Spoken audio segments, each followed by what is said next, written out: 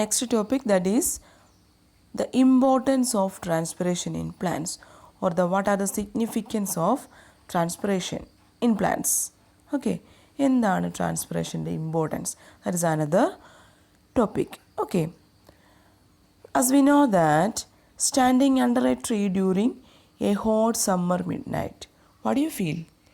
ഇപ്പോൾ നമ്മൾ ഒരു ഉച്ച സമയത്ത് ഒരു മരത്തിനടിയിൽ പോയി നിന്നാൽ നിങ്ങൾക്ക് എന്ത് ഫീൽ ചെയ്യും? Simply it gives you a cooling effect, isn't it? നമുക്കൊരു തണുപ്പ് ഫീൽ ചെയ്യത്തില്ലേ? എന്തുകൊണ്ടാണ് ആ തണുപ്പ് തോന്നുന്നത്? This is because cooling is not entirely due to the shade. അപ്പോൾ നമ്മൾ വിചാരിക്കും ആ മരത്തിൻ്റെ തണൽ കൊണ്ടാണ് എന്ത് കിട്ടുന്നത്, നമുക്ക് ആ ഒരു തണുപ്പ് അനുഭവപ്പെടുന്നത്. അതുകൊണ്ടാണോ? അല്ല. Okay, but also due to the loss of water from the surface of the leaves by the evaporation. എന്തുകൊണ്ടാണ് നമുക്ക് അവിടെ ഫീൽ ചെയ്യുന്നത്, ആ തണുപ്പ് ഫീൽ ചെയ്യുന്നത്? ആ ലീഫിലുള്ള അല്ലെങ്കിൽ ആ മരത്തിലെ ഇലകളിലെല്ലാം എന്തുണ്ട്? ഇലകളിൽ നിന്നെല്ലാം വാട്ടർ ലോസ് ഔട്ട് ചെയ്തിട്ടുണ്ട്, അല്ലെങ്കിൽ ട്രാൻസ്പിറേഷൻ പ്രോസസ്സ് അവിടെ നടന്നിട്ടുണ്ട്.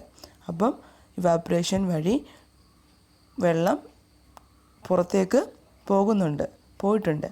ആ ഇവാപ്പറേഷൻ പ്രോസസ്സ് നടക്കുന്നതുകൊണ്ടാണ് അവിടെ നമുക്ക് എന്ത് ഫീൽ ചെയ്യുന്നത്? ഒരു തണുപ്പ് അവിടെ ഫീൽ ചെയ്യുന്നത്. Since evaporation produces coolness and it makes the air cool. അവിടെ ഇവാപ്പറേഷൻ പ്രോസസ്സ് അല്ലെങ്കിൽ ആ ട്രാൻസ്പിറേഷൻ പ്രോസസ്സ് വഴി ഇവാപ്പറേഷൻ നടക്കും. ഇവാപ്പറേഷൻ നടക്കുമ്പോഴാണ് നമുക്ക് ആ തണുപ്പ് ഫീൽ ചെയ്യുന്നത്. അതുകൊണ്ടാണ് അവിടെ നിൽക്കുമ്പോൾ ആ കാറ്റിന് പോലും ആ തണുപ്പ് ഉണ്ടാവുന്നത്. The cool air being heavier and tends to settle down and make surroundings pleasant. അപ്പം ആ സറൗണ്ടിങ് നല്ല പ്ലസൻ്റായിട്ട് തോന്നുന്നതിൻ്റെ കാരണമാണ് എന്ത്? ആ ഒരു കൂളിംഗ് എഫക്റ്റ് പ്ലാന്റ്സിലുള്ളത് കൊണ്ടാണ്. അപ്പം first importance of transpiration or significance of transpiration is cooling effect. Okay, ഇപ്പോൾ കൂളിംഗ് എഫക്റ്റാണ് ഒരു importance. Okay, in transpiration water gets evaporated from plants. ഇപ്പോൾ ട്രാൻസ്പിറേഷൻ പ്രോസസ്സിൽ വെള്ളം എന്തോ ചെയ്യും? വാട്ടർ പ്ലാന്റ്സിൽ നിന്ന് ഇവാപ്പറേറ്റ് ചെയ്യും. Okay, and the heat required for this evaporation is obtained from the plant it self. ഇപ്പം പ്ലാന്റിനകത്ത് തന്നെ ഒരു ഹീറ്റുണ്ട്. ആ ഹീറ്റ് വെച്ചാണ്, അല്ലെങ്കിൽ ആ ഹീറ്റ് ഉള്ളത് കൊണ്ടാണ് ഇവിടെ ഇവാപ്പറേഷൻ പ്രോസസ്സ് നടക്കുന്നത്. And thus the plant is able to cool itself. പിന്നീട് ആ പ്ലാന്റിന് സ്വയമേ തണുക്കാൻ, കൂളിംഗ്